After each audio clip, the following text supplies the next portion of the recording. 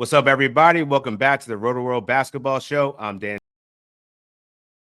Titus, NBC. Helin joining us. Kurt, how you feeling, man? Can you finally get some sleep, turn those notifications off? What's good with you?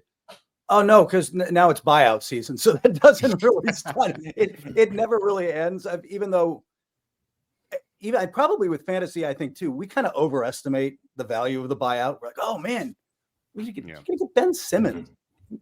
Enjoy the 6 points a game.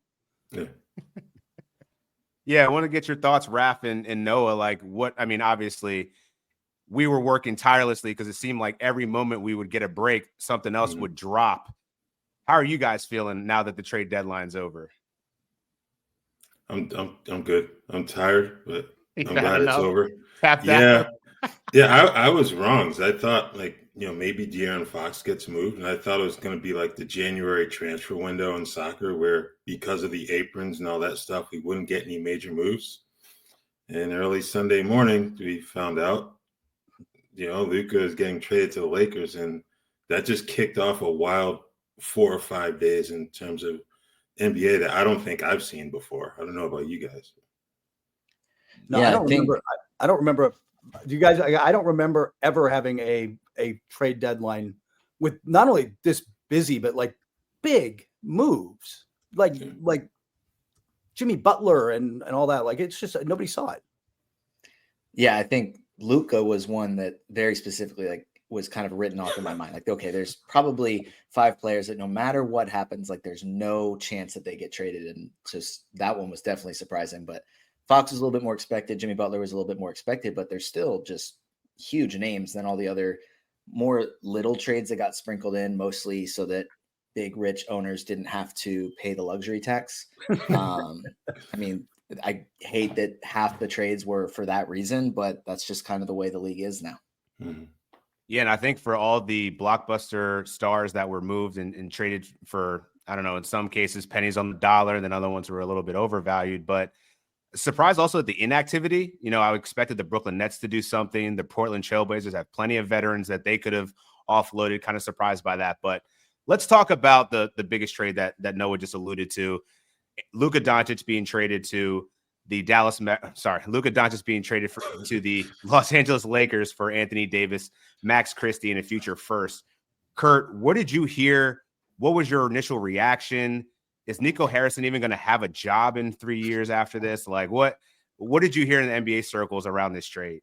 Well, at first, nothing, because nobody saw this coming. And I had the same reaction that, frankly, you guys probably did. I know that Alex Caruso and Tyrese Halliburton tweeted this. I think Doris Burke said it on air. Yeah. I'm like, Shams got hacked. Yeah. I'm at a friend's party. It's been going on for a while that day. And I may have had multiple adult beverages. And I'm like, oh, this isn't real. This can't be. And so when I got a text back from someone with the Lakers, like, no, this is legit. I'm like, oh, okay. So go home, try to be as clear-headed as I can and write this thing up. And it was so out of the blue. And Nico's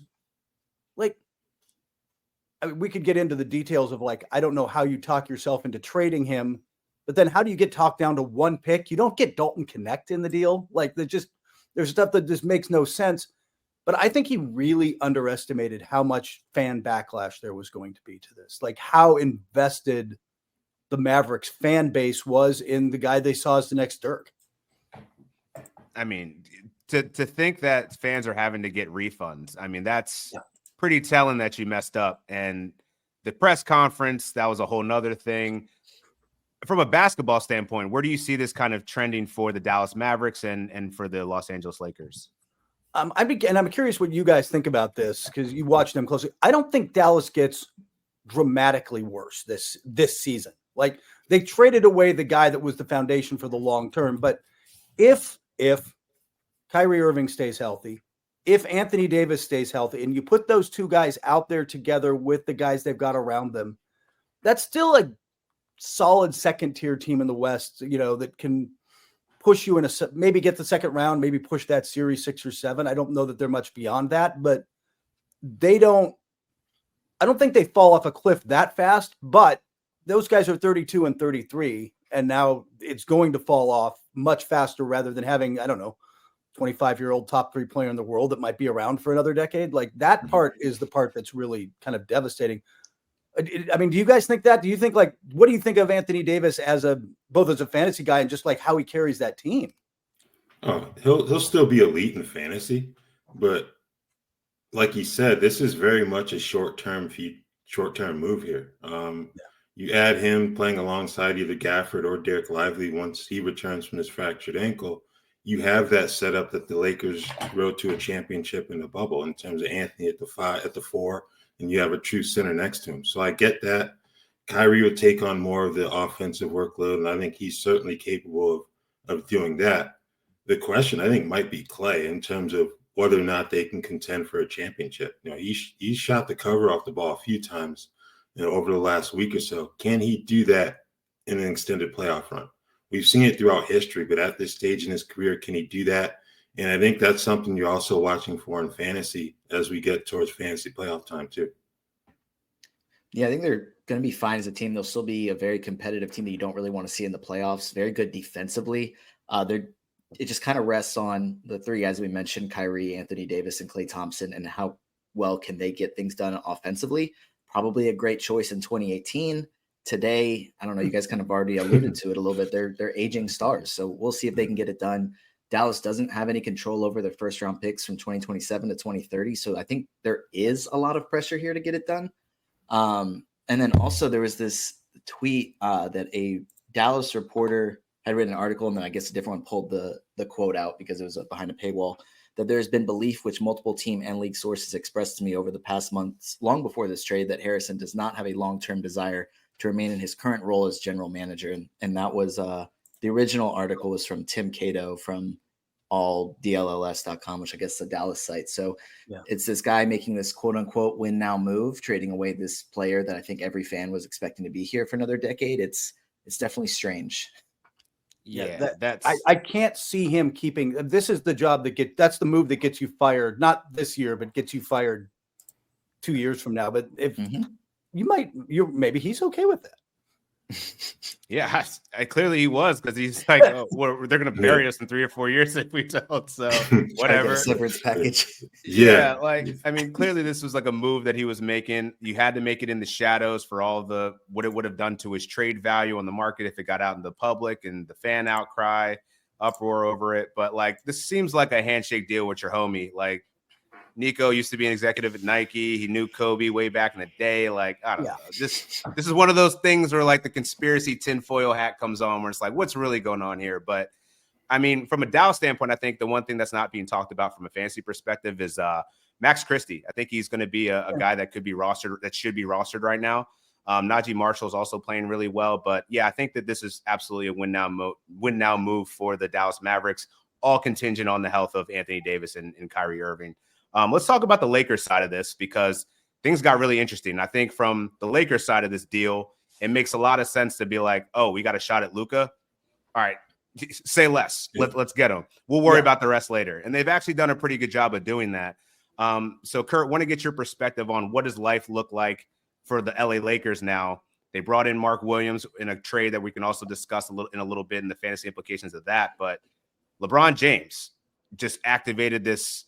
I don't know. I don't even know what this demon mode is at 40 years old, but he's the youngest player to ever get 40 points in the game. He's now the oldest player to get 40 points in the game, coming off a monster game last night. What are your thoughts on the Lakers right now? Yeah, they've got an energized and motivated LeBron. They've got an energized and motivated Luka. Who's like, you don't think I'm in shape? I'd like to show you in shape, which was great. That was when I went to his opening press conference, so that the best line of the day came from Markieff Morris. He goes, if you can go out there and drop 35, 15, and 12 like it's nothing, I don't know what in shape is. Like, I think Mark Williams, let me find some wood to knock on, is healthy. He is a great fit for what Luka likes to do as a big, right? Like, in terms of a guy who's set a big pick, rolls hard. You can throw it anywhere near the basket. He'll put it away. My question with them in a basketball sense is, and especially that they want to push Oklahoma City, who's clearly the team to beat in the West, I just don't know about the defense. Now you've got an Austin Reeves, Luka Doncic backcourt, and I can target either of them. And Williams, is not the most consistent back end defender, and he has got to step up his game for this thing to work for them. They can go out and they got Dorian Finney-Smith, they get Jared Vanderbilt back. They've got some guys on the wing who can help, but at the end of the day, when you get to that second round of the playoffs, and you're getting really good teams who can target guys. I'm not convinced their defense is good enough to win a championship, but guys, are they now the team with the puncher's chance at OKC? Yeah, I think so. They definitely have enough talent to do it, but I think the defense is kind of the number one question. I think with Mark Williams, he's a guy that his defense in fantasy tends to be a little bit better than his defense in real life because he is averaging over a block per game and 0.7 steals, but in just 25 minutes. But he's got to now be the help defense guy behind, like you said, like Luka and Austin Reeves, who aren't exactly known for their defense. So maybe that helps him, and he'll be fine from a fantasy perspective. But does Dorian Finney-Smith now start just to be able to provide a little bit of extra defense, or is it Jared Vanderbilt? Like kind of once they figure things out a little bit when Luka gets into the lineup, and then can either of them be worth rostering in fantasy? Because right now Rui Hachimura has been like a borderline guy. I think Dorian Finney-Smith could be a rosterable player if he's starting and playing a lot of minutes, but I mean, it just kind of depends at this point. We'll see. But I think Mark Williams can be a fantasy stud if he's healthy. We've seen what Luka can do with, Daniel Gafford and Derek Lively down there, and I think Mark Williams could be even better, but health is going to be the number one question. Yeah, I can see that. I think the question for Mark Williams and a few other guys who were moved at the deadline, going from a losing situation to a winning one, there's a different level of accountability. How do they handle that? How receptive are they to that? That's going to be a huge factor in whether or not this works. That's another move that can help them long term as well, given his age. If you compare him up with Luka for the post LeBron years, I think the Lakers will probably be in good shape if that works. In terms of fantasy, the two guys I'm most concerned about are probably Austin Reeves and Rui Hachimura. In the case of Reeves, he's still number 3, but the first two guys are both ball handlers. That wasn't the case when it was AD and LeBron. So you become more of a catch and shoot guy. And then Rui, I think he might have to go to the bench just because of the need for defense. So I think those are the two guys I'd be worried about in fantasy. I certainly wouldn't rush to drop either of them, but I would keep an eye on their production moving forward here. Yeah, I was just going to say, as somebody who goes to a lot of Laker games, there was already a push from some people in there to move on from Rui as a starter. Like they weren't sure they were already thinking that. And I think Raphielle's right that seems to be a direction now. Yeah, I love that you just pointed that out, because I was reading late last night that Jovan Buchal came out and said that eventually the plan, it seemed to be that Rui was going to be moving to the bench. And, in my risers and fallers list, I had Dorian Finney-Smith as a winner in there, mainly because he has rapport with JJ Redick. He has rapport with Luka Doncic, and he's so versatile defensively. Like, you can't play Rui the amount of minutes that you've been, but he's been really good in the games without Luka so far. So I think those fantasy managers that are hanging on for dear life, like, you should probably sell high now because it's not going to last too much longer. But Mark Williams, I think it was also interesting listening to JJ Redick talk about the process of what they went through and trying to evaluate Mark Williams and whether he would be the right fit. Likened him to a Derek Lively. They said his medicals checked out, and they feel very comfortable with their medical staff that they can get him to play, which to me was like an obvious dig. And Kurt, I'm sure you've heard the rumors of like what goes on in Charlotte and all of those injuries and their injury reporting and the lack of transparency. Going back to like Nick Batum, like it's not new. So I think all of us in fantasy are hoping and praying that the Lakers medical staff has some competency and we can actually get to see the best version of Mark Williams, which offensively has it. And as Noah was pointing out, the stats for a fantasy perspective, solid, but I think there's definitely so much to be desired there, and seeing how he can actually anchor that front court. That's definitely going to need some help with the multitude of bigs that they're going to have to run through in the playoffs. So definitely going to be interesting to watch. Real quick, though, want to touch on the Dalton Knecht side of that. Where do you see him, Kurt, and how he kind of fits into Charlotte's plans going forward? Obviously, Brandon Miller is going to be missing the rest of the season. LaMelo Ball still dealing with an ankle injury, but is Dalton Knecht someone that you think has the potential to be starting shooting guard or small forward, depending on the lineup, for the Charlotte Hornets going forward? I think they should probably give him that shot, especially with the guys they've got out and what they're looking at the rest of this season. He has shown flashes, I think would be the way to put that, in Los Angeles, where those shots fall for a while. And, he obviously had a stretch where he was missing a lot of threes, but were you guys, I'm just not concerned that the threes aren't going to start falling again. Like, the guy can just shoot the rock. I'm not really worried about that long-term. As he adjusts, he's a little more athletic and a little really smart cutter, like really good at like making little backdoor cuts, making cuts, reading the play. That should be fun with LaMelo Ball. Long-term, I don't know. Like, I don't know what the plan is in Charlotte. I really have no, like they just went and got a bunch of picks too. So, and that you got that Laker pick. So are you now thinking, is LaMelo part of it? Like, I don't know what their immediate plan is, but in the short term, I think Dalton is a guy. Look, Dalton's a guy that should be in Dallas right now if they were doing their job. Like Dallas, I think he can play a lot of places. Yeah, I think he's certainly in a position where he can flourish early on in terms of fantasy value. I think he and Nick Smith are the two guys I'd be watching for here the rest of the season, because who else are they going to put out there? I think, all due respect, like Isaiah Wong, Daquan, what's his last? I forget his last name. I'm sorry, but no, he used to play for the Knicks. Jeffries. There you go, Jeffries, Daquan Jeffries. Like, with all due respect to those guys, they aren't building blocks down there. So I think you'd have to play Smith and connect a lot to see what they do. Yeah. The Nurkic addition kind of confused me because I know they need a center, but it's like him. I don't really know what he adds to a rebuilding team right now. So I'm sorry. I don't know what the plan is. He but is Nurkic a pickup as a result of just going to that situation? I'll watch somebody else do it. I'm not. Respect. I'm not. I'm sorry. Like, yeah, he's probably gonna play unless they buy him out or something. But what he gets offensively, he gives up defensively easily. So, yeah. But I mean, I think that's not a bad thing for Charlotte. They're trying to improve their lottery odds and still, get people to go to games. It helps the offense. You can do that with Moussa Diabate, and he'll play 32 minutes and get you a double-double with a couple blocks. But you got to sign Moussa first. Get him off that two-way. Oh, that's you need to. These guys, man. Go ahead. I'm done. He's played 40 games, and he's been solid in the minutes. Like, just give him a contract, y'all. Like, what are y'all doing? Yeah. The other piece, which I don't think is like very fantasy relevant, but Cam Reddish was sent in that trade. Kurt, I had a question for you about that because he was immediately listed as out, not with team, whereas Dalton Knecht is still questionable to play tonight. Last I checked. Is Cam Reddish like a buyout candidate, do you think? That'd be interesting. He's not, again, I know he wouldn't have been happy with that. He's certainly not part of the long-term plan there. Right. And he might be the kind of guy where if I'm a playoff team looking, and the Lakers can't do this, but if I'm a playoff team looking for a wing defender that I can use in spots in the postseason, I mean, he's still good on that end of the floor. I just can't have him shooting. But like in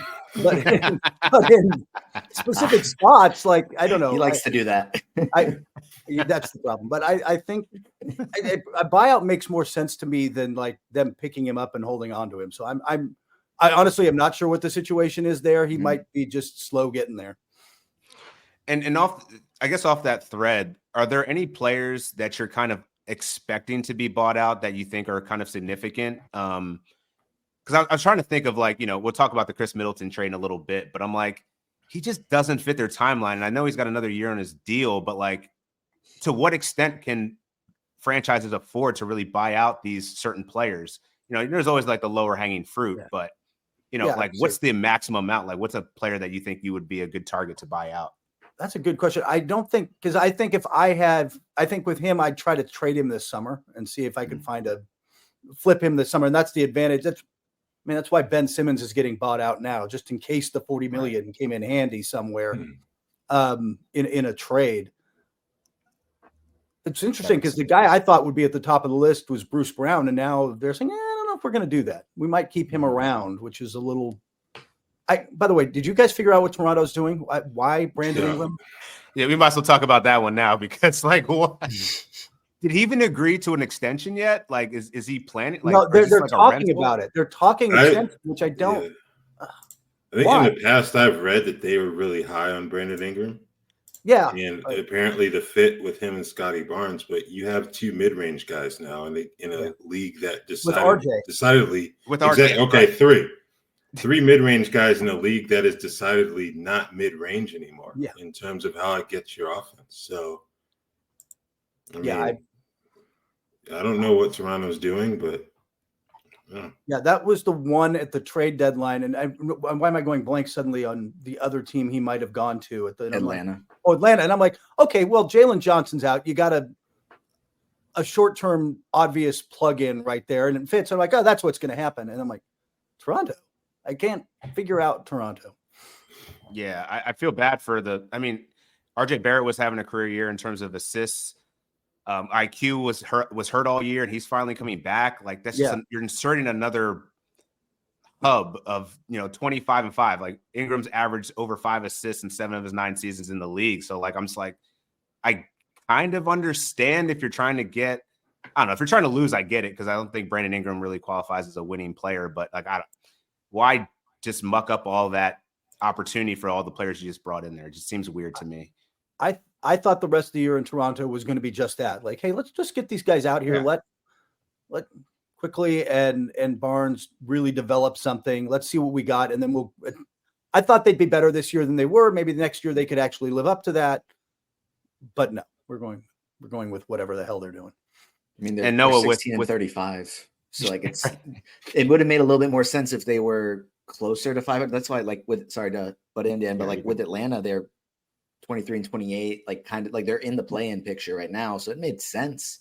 And they don't have their first this year. Toronto currently has the 5th best lottery odds. So I don't know why they would mess that up. Yeah, I'm curious, like now that Kelly Olynyk got dealt to the Pelicans, is he someone you expect to maybe be a possible trade buyout candidate? That's a really logical buyout candidate. Yeah, I don't no, that's the Pelicans. So logic, be careful. But but to me, that's like that's a really good call. That's one off the top of my head that I hadn't thought of. That he doesn't fit there. There's a whole bunch of teams that could use a stretch for the run, right? For the next 30 games. So. And Noah, real quick, back to the Toronto side, real quick. Pirtle's hurt with a hip injury. Is Jonathan Mogbo and someone that you would pick up? Maybe Chris Boucher. I'm team never pick up Chris Boucher. We know what that is, but what are your thoughts on it?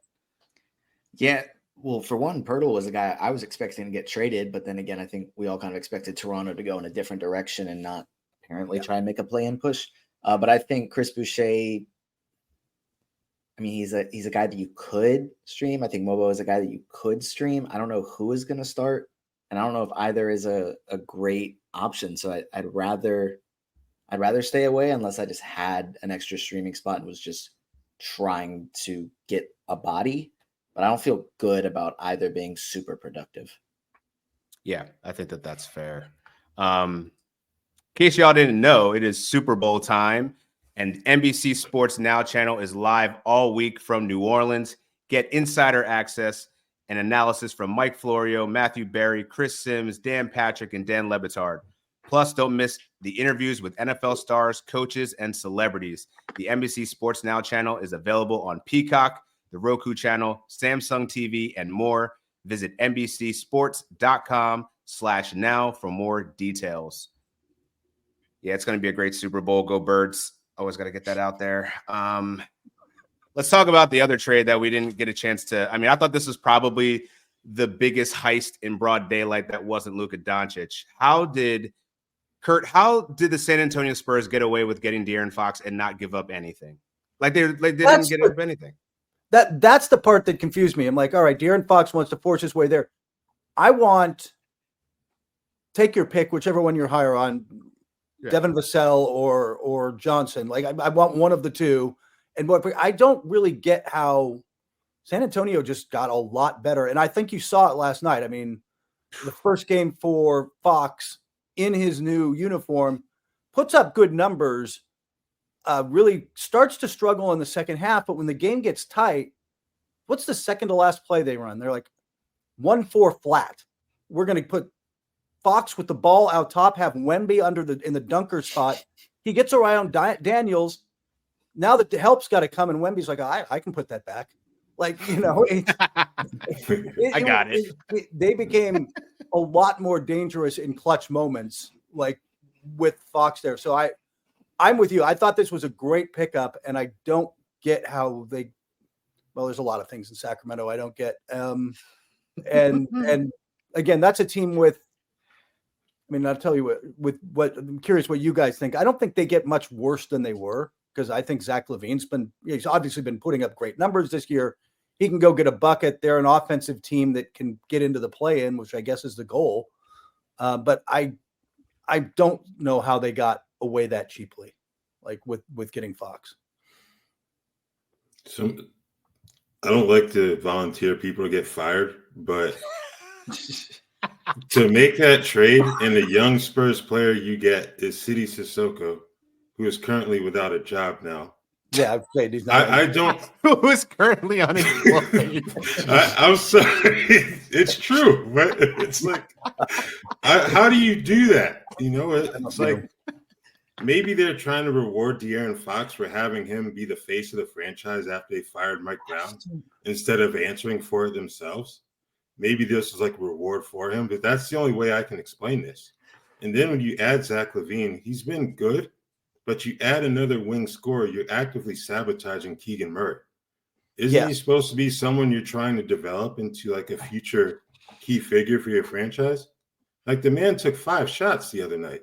And he'd already taken a hit with DeMar in the lineup. Now you add LaVine and you don't have a true point guard in your starting 5.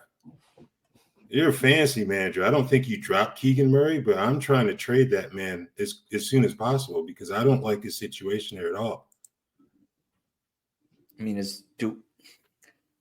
Like Kurt said, do we really know what Sacramento's doing? Do we feel confident that because like right now this team, like they have some talented players, but I wouldn't say they have a true like number one superstar option. Like they have a bunch of guys that have kind of had that role for a period of time. But like Raph said, like Keegan Murray is probably the 5th option on offense now. And that's the one player that I guess Malik Monk is still young enough that you could say like he has like a little bit more upside to reach, but LaVine and DeMar probably have their best days behind them, but are still very good players.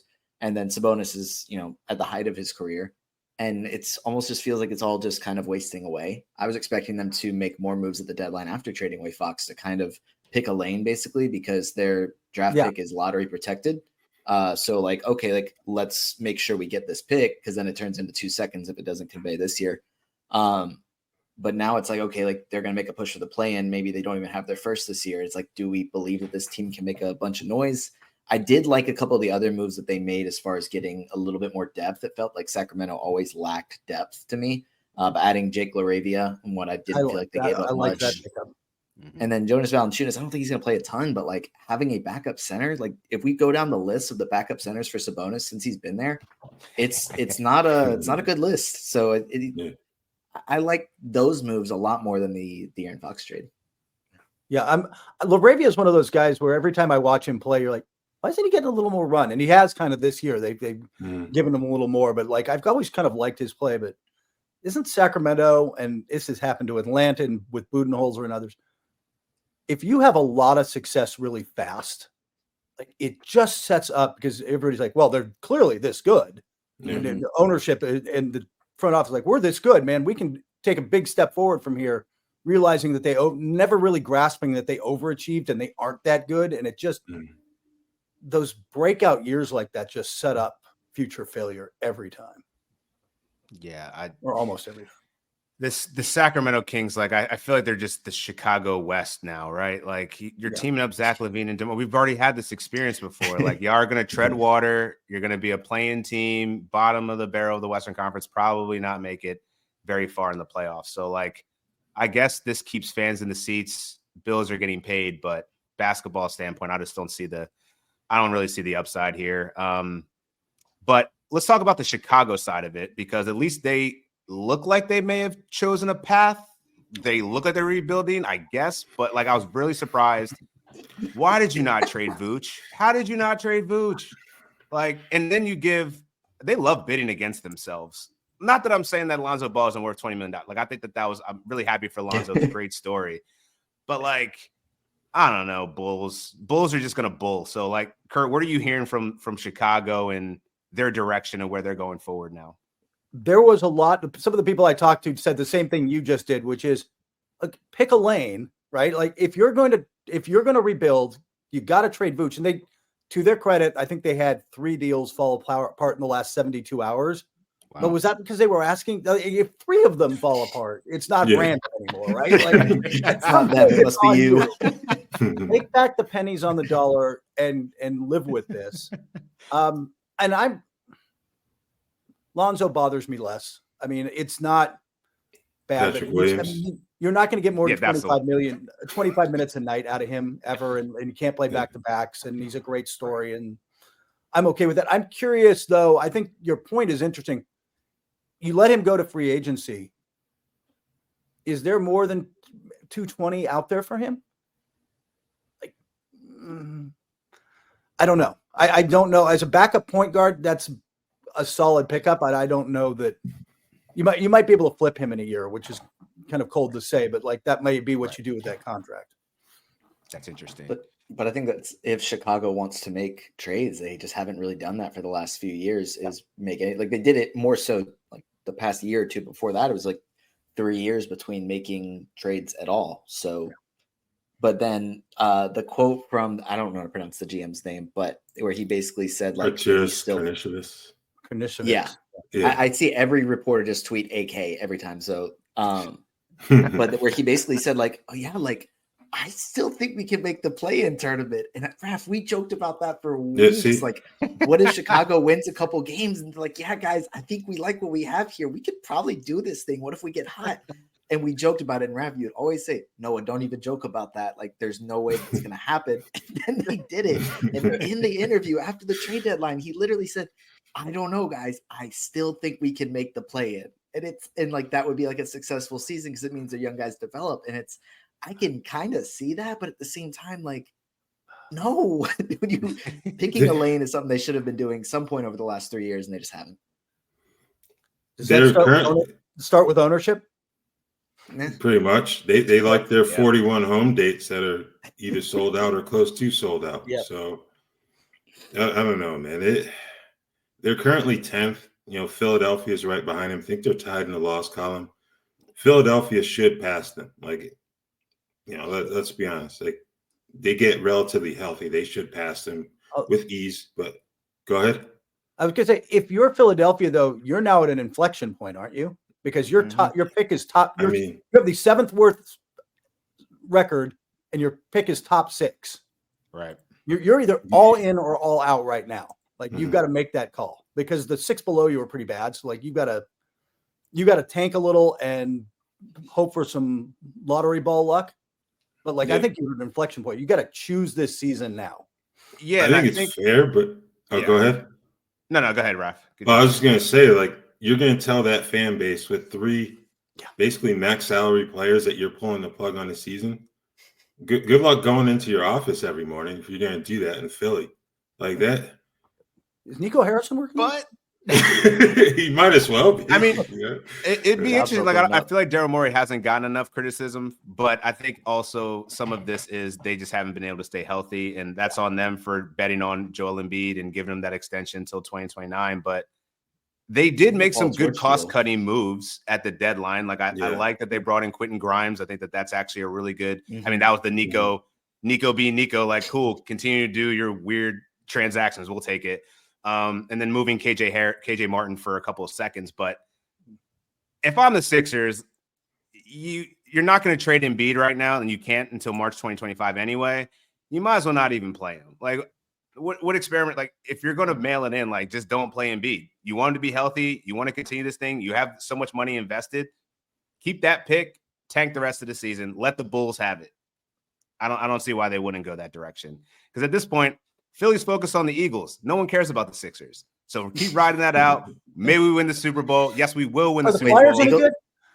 Who cares? It's Philly. It's the Eagles' time. We don't even care. Did they? I didn't know they had a big game coming up. My bad, Dan. I hadn't heard anything about it. The only thing better for them would be if the Phillies were playing right now too, because then you could really pull the plug under the radar. If you got the Eagles in the Super Bowl, and then the Phillies playing. So that's true, unless the Dodgers didn't buy up everybody in the freaking market, man. Like no one's competing with them. So this is literally the Eagles are nothing. Like Sixers just need to mail it in, keep that pick so it doesn't go to the Thunder, which is just crazy to me. Like how these picks become so important as years pass. Like that pick was Al Horford years ago, and now the Sixers are going to have to tank in order to keep it. It's just amazing how these things happen.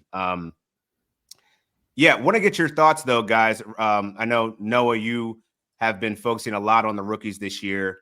Now that Chicago has cleared the way with Zach LaVine gone, what's it looking like for Matas Buzelis? Because I think it's only going up. And man, this dude is a beast defensively. I think it's not getting talked about enough how good he's been.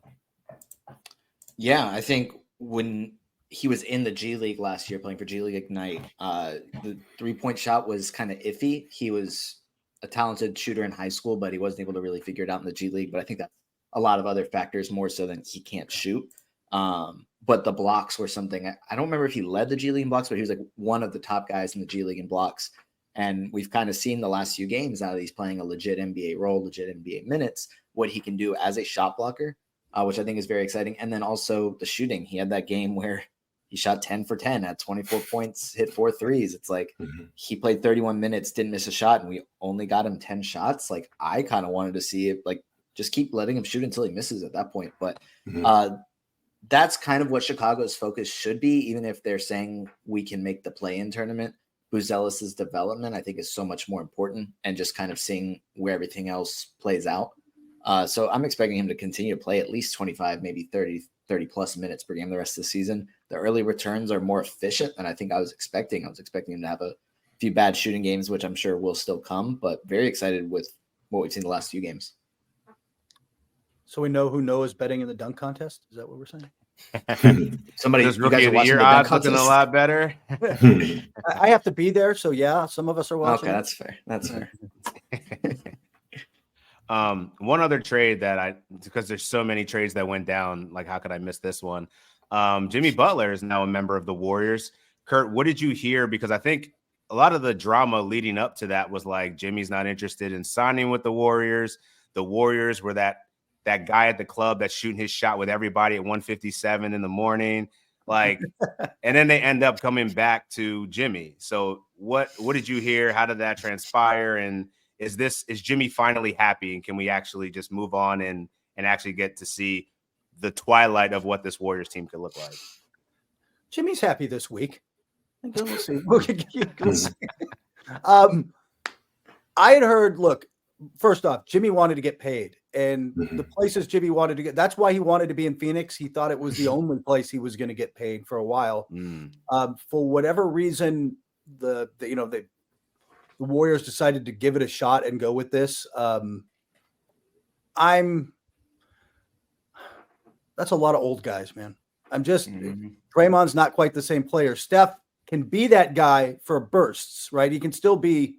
He did it last night against the Lakers. He was great late, but like you don't get as much, and he can't carry the load the way he did a few years back. Playoff Jimmy is it just me, guys? I mean, his numbers are down. Do you trust him the same way right now? Yeah, so I'm with Raphielle. I don't trust him. So I think they probably make the play in. I really wouldn't. I'm Oklahoma City. They don't scare me in the first round. They're going to win a game because guys will go off, but like, I'm not that threatened by them as a basketball team right now. Although I think you do get that's a team that needed some energy. It needed a change. It needed somebody with a little dog in them to get out there and not be Draymond. So I think they play a little better, and I think you probably get some good nights from Steph, but you probably get some really good nights from Jimmy because he'll be focused for a while. Yeah, I'd agree with that. I think the big thing is take some of the pressure off of Steph because he has to not only shoot, but he has to create more too with that current setup. So he put up 35 shots last night, and as great of a shooter as he is, you don't want that at this stage in his career. So to have Jimmy out there should certainly help from a shot creation standpoint. Yeah. And I think the Warriors are kind of betting on Steph and to a lesser extent Draymond being able to kind of keep things in check from a leadership standpoint because we've seen when things go left with Jimmy, They take a hard left. So you're kind of hoping that, you can keep things under wraps here. But yeah, this team really doesn't do much for me in terms of like the rest of the roster from a fantasy standpoint. Maybe Buddy Hield to get you some 3-pointers in this lineup. I think Podziemski takes a hit with Jimmy in the mix, but it's basically a big three from a fantasy standpoint, I think. Yeah, I think like Kurt said, it's probably a play-in team, but I wouldn't want to play against Jimmy Butler and Steph Curry in a like win or go home game in the play-in tournament. So like that's kind of scary, I guess, in that sense. And like they probably would win a game or two in a playoff series just between either Steph going off, Jimmy stepping up, or some other things from them being veterans. But do you really think that this is a championship winning move when you couldn't even go get another center? Like, is Quentin Post the starting center on a championship NBA team? Like, with all due respect, like probably not. Like they just converted him to a standard deal. They obviously he's got a deal now. Yeah, I think they probably needed to make more moves because it feels like they're like, oh, see, guys, we traded for a star. We're trying to win one more championship with Steph. See, guys, we checked the box. When in reality, like they didn't do enough. I still think that they were probably barely a play-in team, maybe even not a play-in team before, and now they are a play-in team. Congratulations, you guys improved. Yeah, I think it's definitely a floor raising move, right? Like to much of your guys' points, getting Jimmy there can help with facilitation. He gets that dog mentality and edge that they didn't have. He can guard multiple positions. He's definitely more of a creator than Wiggins was, but I don't know. It kind of seemed like their locker room took a huge hit with Wiggins leaving. But we'll see. Like now, I think the Heat actually got a really good deal out of that. They got a future first. They got Wiggins, who is another guy that I feel like won't command a lot of usage. He won't disrupt what's going on with Tyler Hero and his breakout. It's a great move for the Heat. I think that this actually was a good haul for them. Fantasy wise, we'll see what it does to Nikola Jovic. He's been definitely playing better. I think he'll be fine.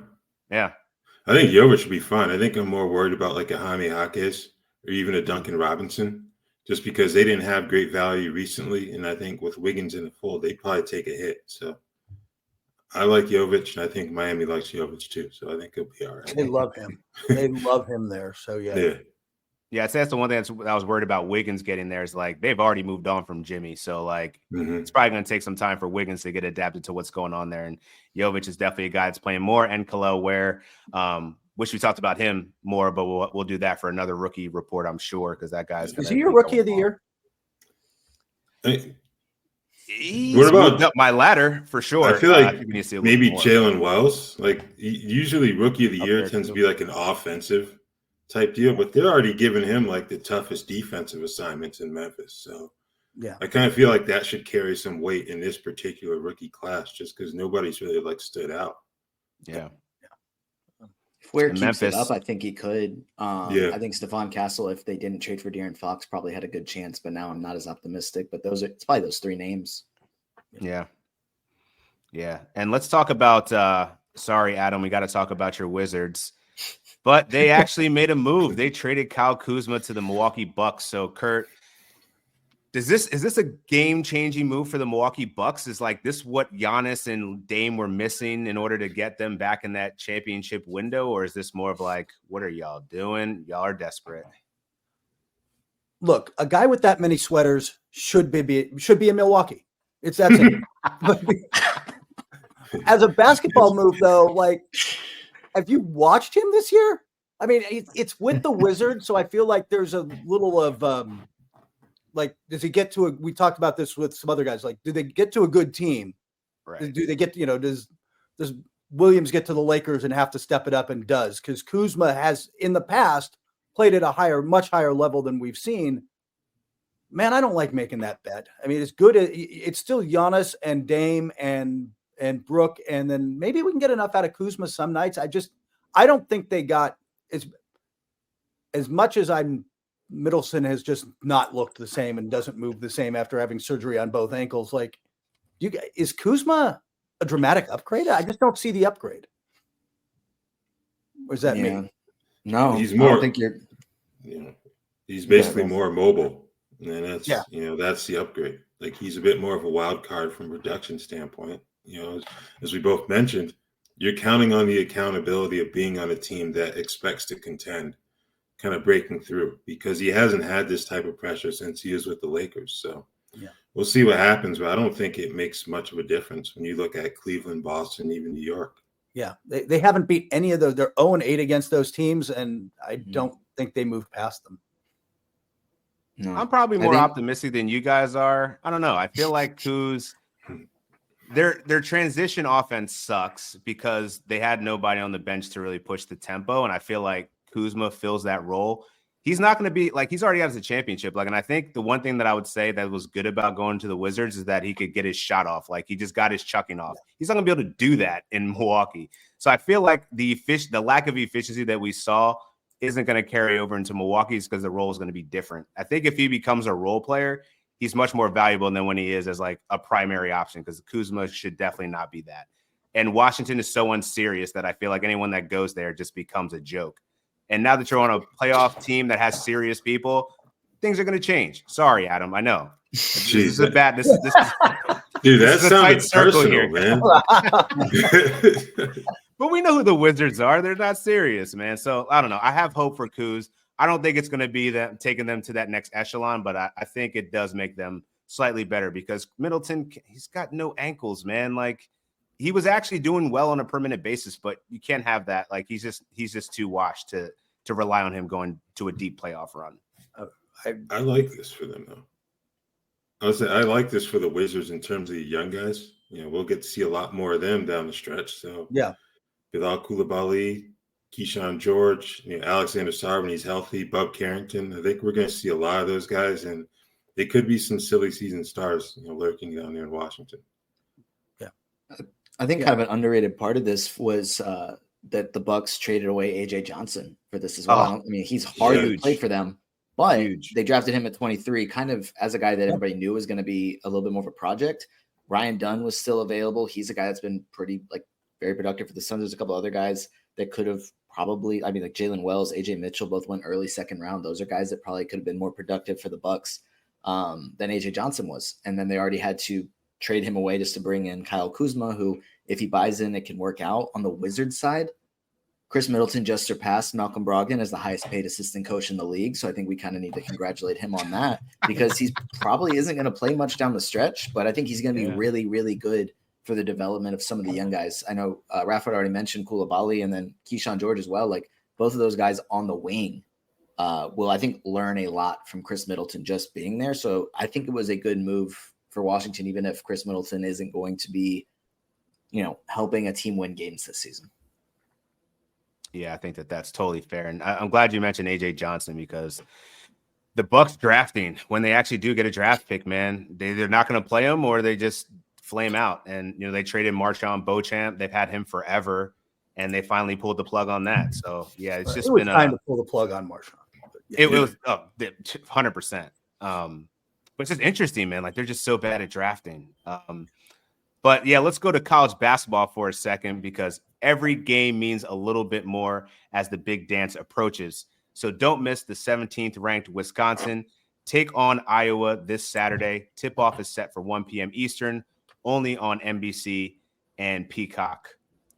So I know we talked a lot about some of the GMs that have made some questionable moves here, but Kurt, I want to get your perspective on what team or executive do you think is really going to be facing the most scrutiny after the trade deadline? And, are there jobs potentially on the line if things don't work out?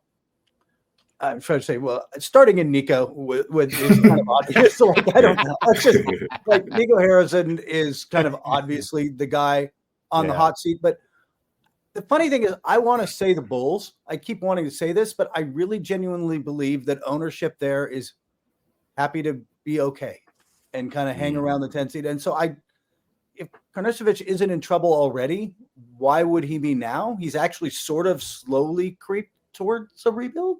Those are the first two that come to mind off the top of my head. Am I missing somebody off the top of my head here? David Griffin, New Orleans, maybe? Or is he pretty safe?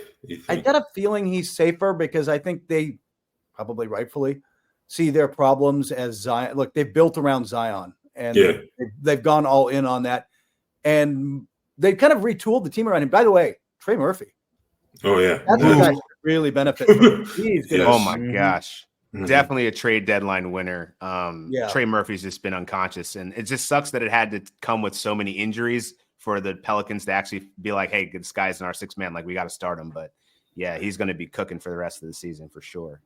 Yeah. So I think that they're kind of the other reason they're safe, and this goes back to the ownership thing. That's an ownership that's happy to be in cruise control right now. So they got to fix the Saints. I got one for you. James Jones.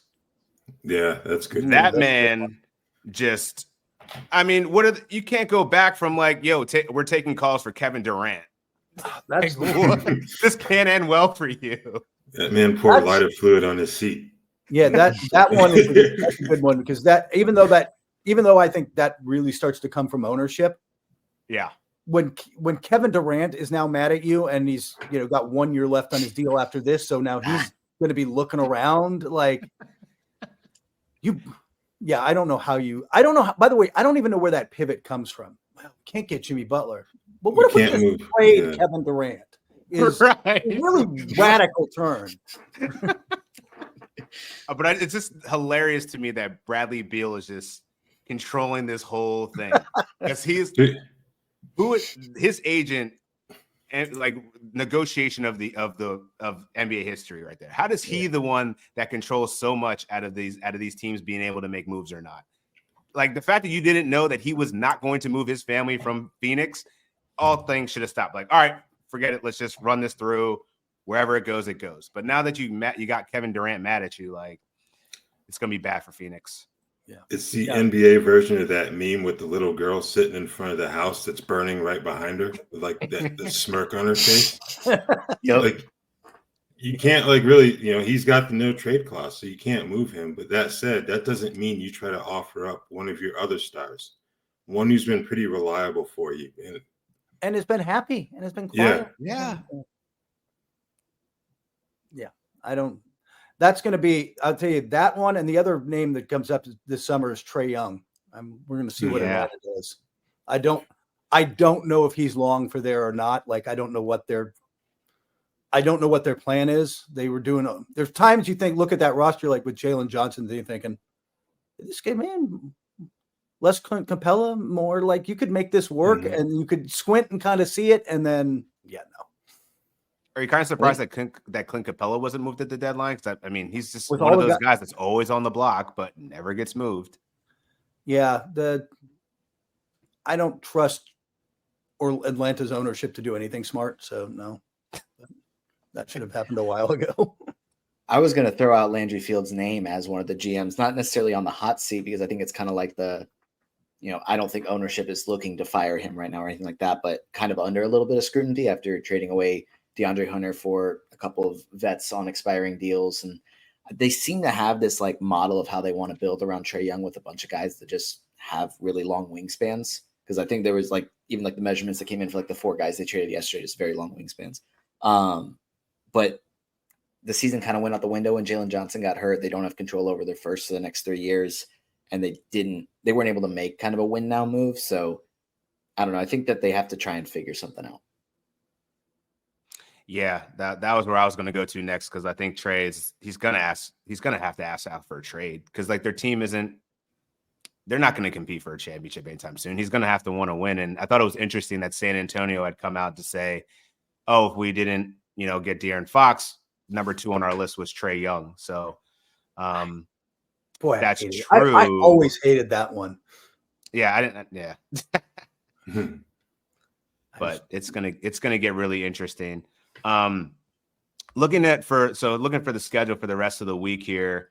Raph, who are you eyeing? I mean, we talked about a lot of names of guys that we can pick up post fantasy fallout from the deadline, but is there anybody else that kind of piques your interest to close out the week here and looking ahead to next week? Dalton Knecht, you talked about him earlier. He's certainly one that I would be looking at. Montas Buzelis, I kind of feel like we hit on everyone. Maybe a Zaire Williams or a Keon Johnson up in Brooklyn, just because we saw the minutes for D'Angelo Russell and Ben Simmons kind of taper down a bit even before the deadline. Yeah. And now with the reports of Simmons probably being bought out, I think those guys are going to play a lot of minutes, as they already have. I'm not ready to go as far as like a Tosan Iwoma, but who knows? We've seen wilder things like the final weeks of the fantasy season, like a Kenneth Lofton Jr. goes to like 40 plus. So not there yet, but we get to like mid to late March, he might be someone on like a deep league radar to be sure. I was going to throw out just a lot of the Utah names as well. Yeah. Isaiah Collier, Keontae George, just for similar reasons, like what Raph just mentioned. I was pretty shocked Utah didn't trade away, from what I remember, anyone at the deadline. Clarkson or Collins, yeah. No, yeah, that was the two I thought would go. Yeah. Yeah. But they'll still play the young guys down the stretch. We've seen what they've done the last few years. Players get hurt and don't play for the final 2 months. Collier is playing pretty well. Like, I mean, you're talking about a guy who was at the top of his high school draft class. Yep. Let's safely say did not have a good college career, Mhm. but like the skill is there, right? And he seems to be figuring it out now a little bit. He's looked pretty good for them.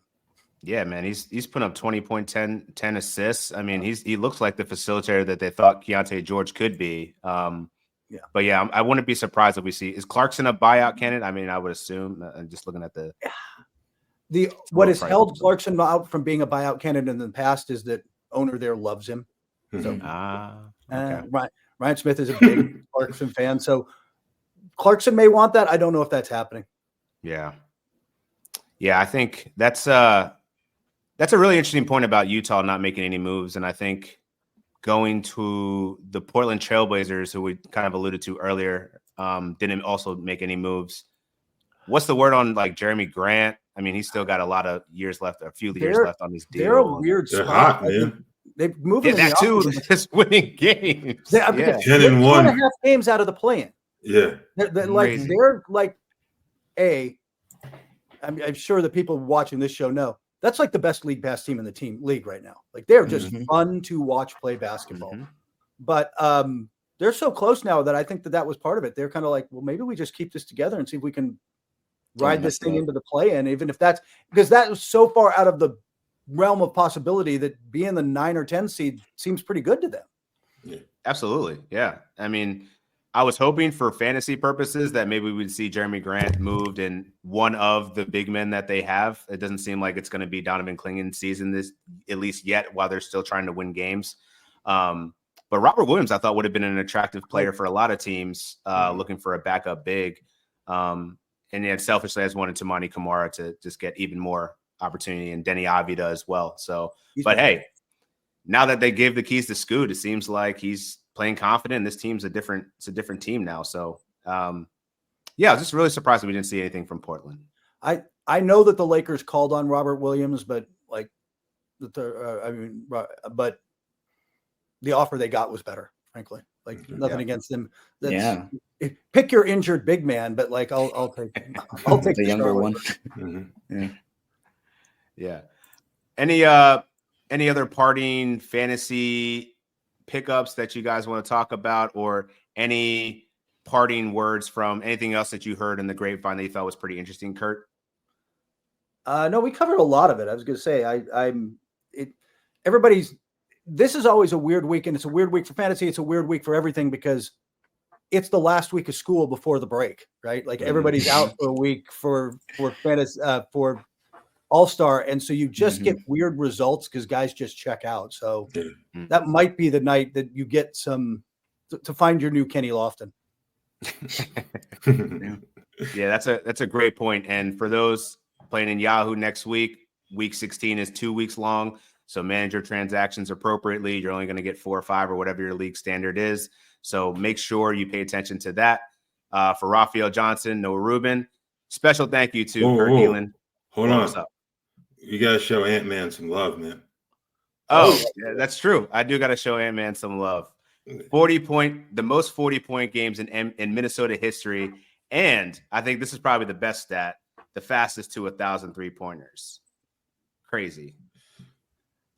Yeah. We Also, said the it third. before we came on air. He's going to put up numbers until Julius Randle comes back. Yeah. He's also the third player in franchise history to have back-to-back 40-point games. I think Andrew Wiggins was the last one to do that. Wow. So, and that man's only 23 years old. So what we're seeing now feels like he's still only just scratched the surface of what he could potentially be up there. I got an alert right before we dropped on, Kurt, and then we'll part ways off this. Did the Minnesota Timberwolves actually put in an offer for Durant?